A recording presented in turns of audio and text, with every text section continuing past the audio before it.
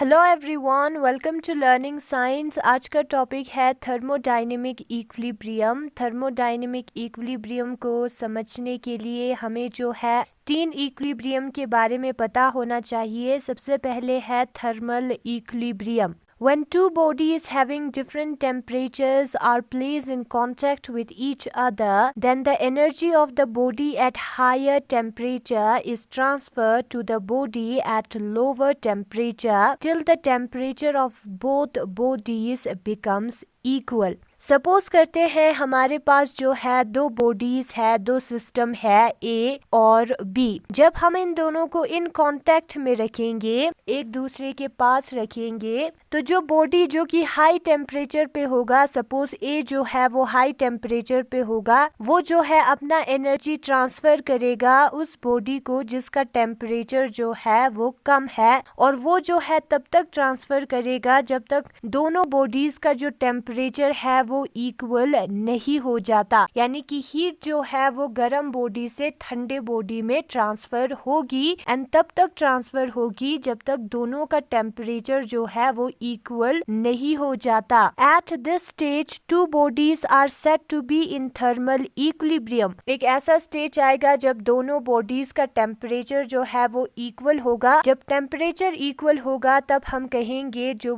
Two bodies है ए और B वो थर्मल इक्विलिब्रियम में है। Thus two bodies or systems in contact are said to be in thermal equilibrium if both bodies or systems are at same temperature. Thermal equilibrium हम किसे कहेंगे? Thermal equilibrium में है कहेंगे टू बॉडीज को, to systems को, जब उन दोनों का टेम्परेचर जो है वो सेम होगा। थर्मल का मतलब होता है हीट। हीट को हम मेजर करते हैं टेम्परेचर से। जब दो बॉडीज का टेम्परेचर जो है सेम होगा तब हम कहेंगे कि वो दोनों थर्मल इक्विलिब्रियम में है। That is there is no exchange of energy between the systems. ये जो दो सिस्टम्स है, दो बॉडीज है, उसमें एनर्जी का एक्सचेंज नहीं होगा। किस type of energy? Heat energy का एक्सचेंज जो है, हीट का जो है एक्सचेंज नहीं होगा। एंड जब हीट का एक्सचेंज नहीं होता है, दोनों सेम टेम्परेचर पे होता है, तब हम कहते हैं कि ये दो बॉडीज या ये दो सिस्टम जो है वो थर्मल इक्विलिब्रियम में है। फिर उसके बाद जो है दूसरा इक्विलिब्रियम है मैकेनिकल इक्विलिब्रियम। मैकेनिकल इक्विलिब्रियम में क्या होता है? If the pressure on the system changes, then either it expands or contracts. However, the system neither expands nor contracts if the external force or external torque acting on it is zero. In this situation, the system is said to be in mechanical equilibrium. जब हम किसी system पे pressure apply करते हैं तो या तो वो कंट्रैक्ट होगा या जो है वो एक्सपेंड होगा। लेकिन अगर हम इस पे कोई प्रेशर अप्लाई नहीं करेंगे, अगर हम कोई टॉर्क या कोई जो एक्सटर्नल फोर्स है अप्लाई ना करें, तो ये जो सिस्टम है ना तो ये एक्सपेंड होगा, ये फैल के जो है कुछ ऐसा नहीं बनेगा, और ना ही ये कंट्रैक्ट होगा। ठीक है, और इस सिचुएशन को हम कहते हैं मैकेनिकल इक्विलिब्रियम। जब सिस्टम पे जो एक्सटर्नल फोर्स है, जो एक्सटर्नल टॉर्क है, ज़ीरो होता है, तब वो ना एक्सपेंड होती है और ना ही कॉन्ट्रैक्ट होती है, और उस सिचुएशन को हम कहते हैं, उस केस में हम कहते हैं कि ये जो सिस्टम है वो मैकेनिकल इक्विलिब्रियम में है। फिर उसके बाद जो तीसरा इक्विलिब्रियम है वो है केमिकल इक्विलिब्रियम।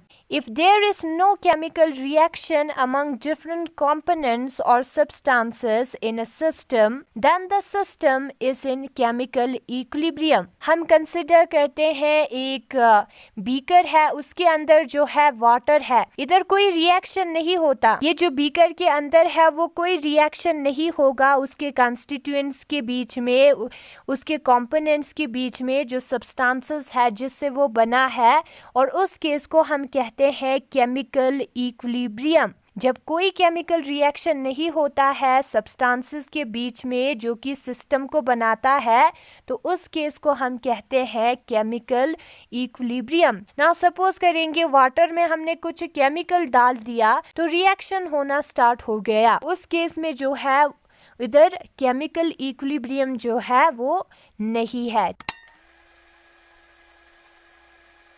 फिर आता है थर्मोडायनेमिक इक्विलिब्रियम, जो कि आज का टॉपिक है। Uh thermodynamic system is said to be in thermodynamic equilibrium if it is in thermal equilibrium, mechanical equilibrium and chemical equilibrium at the same time। और किसी सिस्टम को हम थर्मोडायनेमिक इक्विलिब्रियम में है तब कहेंगे जब वो थर्मल इक्विलिब्रियम में होगा, मैकेनिकल इक्विलिब्रियम में होगा और केमिकल इक्विलिब्रियम में होगा एट द सेम टाइम। ये जो 3 इक्विलिब्रियम हमने पढ़ा है वो तीनों इक्विलिब्रियम जो है उसमें होना चाहिए थर्मोडायनेमिक इक्विलिब्रियम का होने के लिए, ठीक है। यानी कि उस सिस्टम का जो टेम्परेचर है वो कांस्टेंट होना चाहिए, चेंज नहीं होना चाहिए, और ये जो सिस्टम है उस पर कोई एक्सटर्नल फोर्स ना हो जिसकी वजह से वो कॉन्ट्रैक्ट या एक्सपेंड करे, और ये जो सिस्टम के अंदर जो चीजें हैं जिससे वो बनी है वो केमिकल रिएक्शन ना करे। Any system in thermodynamic equilibrium is referred to as equilibrium state of the system। और कोई भी सिस्टम जो थर्मोडायनेमिक इक्विलिब्रियम में है उसको हम कहते हैं equilibrium state of the system. And अगर आपको जो है वीडियो पसंद आया तो लर्निंग साइंस को सब्सक्राइब करें एंड इस वीडियो को लाइक करें।